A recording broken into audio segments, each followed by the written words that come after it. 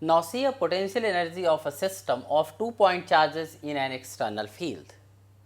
So now we were doing here the potential energy of the system of the charges, but there was no presence of external electric field. Suppose there is a uniform electric field like this. So you have taken uniform electric field here. Now the charge q1 is brought from infinity to point, suppose this point here, where its position vector is r1. So when the charge q1 is brought from the point infinity, from infinity to this point, then the work is done against the electric field, and that work done can be written here, this is q1. So q1 into v r1, it means potential at this point. Now when you bring the charge q2 from infinity to suppose this point here, any point where position vector is r2. So the q2 is brought from infinity to this point here, then the work done against electric field can be written here, W2 is equal to q2 into Vr2. But here this is the work done against the external electric field, but also in this case some work is done also against the electric field of the charge q1. So this will one have some more work done against this electric field of this, that can be written here q1 q2 divided by 4 pi epsilon naught r12. So when the charge q2 is brought from infinity to the position r2, then the total work done is here W2, and the total work done, or you can say the total energy of the system of these 2-point charges can be written U is equal to W1 plus W2, that is the U1 plus U2, and that can be written Q1 and VR1 plus Q2 VR2 plus Q1 Q2 divided by 4 pi epsilon naught R12. So this is the potential energy of the system of the 2-point charges in an external electric field E. Now see here, this is the next topic is here potential energy of dipole in uniform electric field. So there is uniform electric field E and dipole is placed here, there is a charge minus q and plus q, and the distance between these two charges is 2a. This dipole placed in such a way that dipole moment makes an angle theta with the electric field.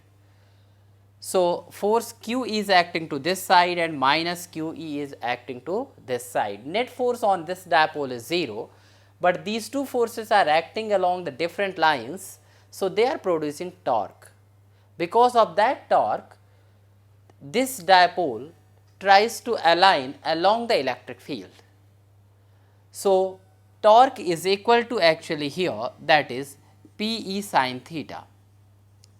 This torque helps in aligning the dipole along the electric field.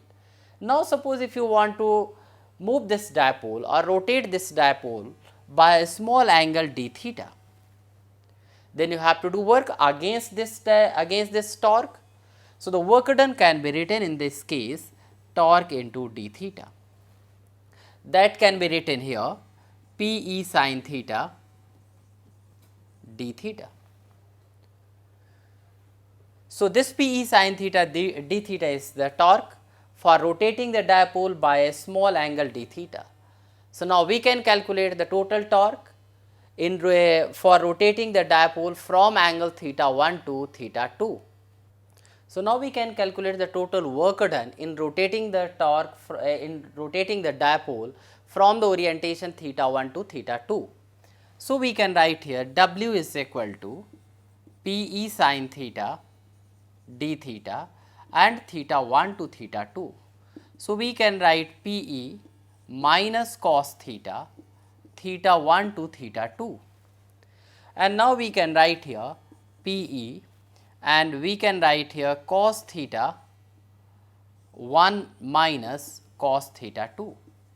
So this is the total work done in rotating the dipole from angle theta 1 to theta 2 here. Suppose if you are taking theta 1 is equal to 0 degree, it means initially the dipole is aligned along the electric field. It means dipole moment is parallel to electric field, and theta 2 is equal to, here we can take theta here, and it is rotated by any angle theta. Then we can write this work done or the potential energy. This work done only is known as potential energy. So, we can write here Pe cos 0 is 1 minus cos theta here. Suppose if you take theta 1 is equal to 90 degree and theta 2 is equal to theta, then also we can calculate the potential energy. So, if you are taking theta 1 is equal to 90, then we can write from here, if theta 1 is 90, 90 means when the potential energy is 0 here, and theta 2 is equal to theta, then we can write u is equal to Pe minus cos theta. So, we can write u is equal to minus Pe cos theta. So, now see here, we can write also here u is equal to minus P dot E here. So, this is the potential energy of the electric dipole in uniform electric field. Now, also see here, we can also define stable and unstable equilibrium. So, see here, when the dipole is in this situation, suppose you are taking the position of the dipole like this, there is electric field and here is plus q charge and here is minus q charge, and dipole moment is to this side. In this case, theta is equal to 0. This is the condition for a stable equilibrium, because in this case dipole has got the minimum potential energy, and when the dipole is displaced or rotated by an angle d theta, then dipole tries to align along the direction of the electric field, and ultimately it aligns along the direction of electric field. That means where the P is parallel to E. So, this is the condition for a stable equilibrium. Now, if you have taken electric field like this and dipole is placed like this is here, there is plus q and there is minus q, dipole moment is acting to this side here. In this case, theta is equal to 180 degree, and here the potential energy is maximum, and now if the dipole is suppose displaced or rotated by a small angle d theta and it is left or free to rotate, then it will not align along the direction of the electric field. That means, it will not align in such a way that the P is parallel to E. So, this is the condition for unstable equilibrium. So, we have seen here the condition for a stable equilibrium as well as unstable equilibrium.